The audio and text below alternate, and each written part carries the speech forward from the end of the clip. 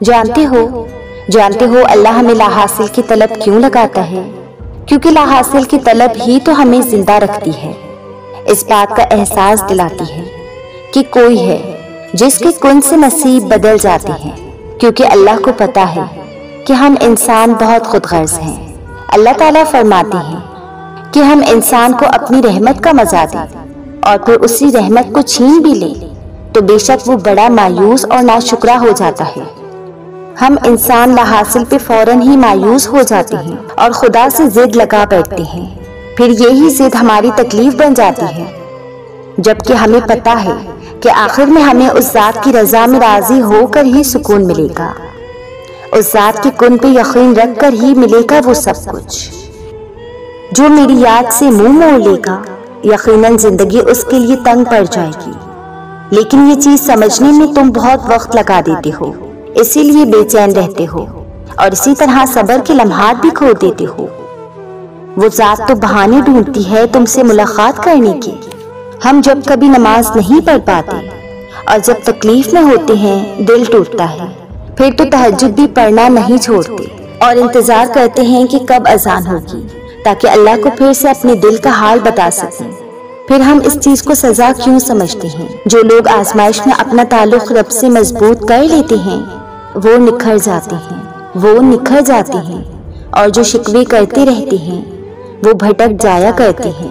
क्योंकि उस जात के बगैर हम सुकून नहीं पा सकते, क्योंकि उस जात से तुम्हारी रूह वाबस्ता है और इस तरह तुम्हारा दिल आहिस्ता आहिस्ता उसकी रजा में राजी हो भी जाता है।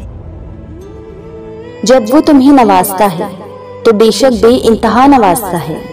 इसीलिए हमेशा अल्लाह की रजा में राजी रहना सीखो। बेशक अल्लाह हमें वो चीज दे देगा जिसकी हम अल्लाह से तलब करते हैं, रो रो कर उससे तहज्जुद में मांगते हैं। क्योंकि अल्लाह से की गई कोई भी दुआ कभी भी रद्द नहीं होती। अल्लाह पर पूरा यकीन और ईमान रख कर दुआ करें। बेशक अल्लाह अपने बंदों को कभी मायूस नहीं करता।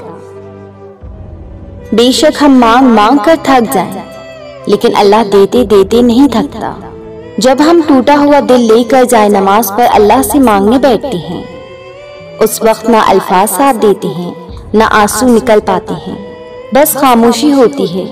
तब दिल चीख चीख कर कह रहा होता है कि या अल्लाह कुन की जरूरत है मुझे, कुन फरमा दे मौला। उस लम्हे तुम्हारी अल्लाह से नहीं बल्कि तुम्हारे टूटे हुए दिल की अल्लाह से गुफ्तगू हो रही होती है। तब अल्लाह वसीले नहीं बनाता बल्कि खुद ही वसीला बन जाता है।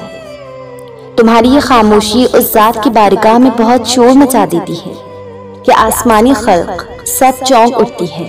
तो फिर तुम्हारा रब जो शरक से भी ज्यादा नजदीक है वो नहीं सुन सकता? फिर क्यों कहते हो कि अल्लाह नहीं सुन रहा? जानते हो यही तो यकीन करना है। जब सब नामुमकिन नजर आ रहा हो, जब तुम्हारी दुआएं भी तुम्हारे खिलाफ हो जाएं, तब भी तुम मांगना ना छोड़ना।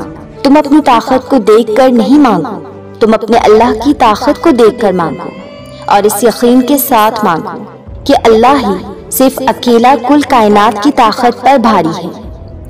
हम इंसान बहुत जल्दबाज हैं, इसीलिए पहले ही इख्तिताम के नतीजे सोच लेते हैं, जबकि अल्लाह के इख्तिताम के बाद भी कहानी पलट सकती है। इसलिए दुआ करना कभी ना छोड़ें, उस जात को आवाज देते रहें और बताएं कि आप अभी भी मायूस नहीं हुए। संभालने वाली जात तो सिर्फ अल्लाह की है और जब वो संभालता है तो कोई गिरा नहीं सकता।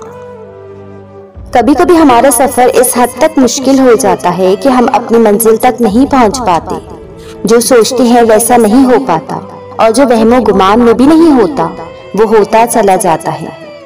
जिंदगी के दिन गुजरते जाते हैं और हम अपनी सोची हुई मंजिल से दूर होते चले जाते हैं। कहीं ना कहीं दिल में एक शोर होता है कि आखिर हम ही क्यों इतनी मेहनत इतनी कोशिश के बाद भी मंजिल तक नहीं पहुंचे, इतना दुश्वार क्यों? तो वो इसीलिए क्योंकि अल्लाह तुम्हें उस मंजिल तक पहुंचने देना ही नहीं चाहता। तुम्हारी नजर में तो वहां पहुंचना खुशी दे सकता है, लेकिन अल्लाह हर चीज से वाकिफ है। अल्लाह हर चीज से वाकिफ है। वो बेहतर जानता है कि क्या तुम्हारा इस मंजिल तक पहुंचना तुम्हारे लिए बेहतर है भी या नहीं। इसीलिए जब भी नाकाम रहो अपनी मंजिल तक पहुंचने में, जब भी नाकाम रहो अपनी मंजिल तक पहुंचने में तो कभी मायूस ना हो। बस ये जहन में रखो कि अल्लाह आपकी उस मंजिल पे पहुंचने में मदद करेगा जो आपके लिए बेहतरीन होगी और जो उसने आपके लिए चुनी होगी। और उस मंजिल से बेहतरीन आपके लिए क्या हो सकता है भला, जिसका इंतखाब खुद अल्लाह पाक कर ले।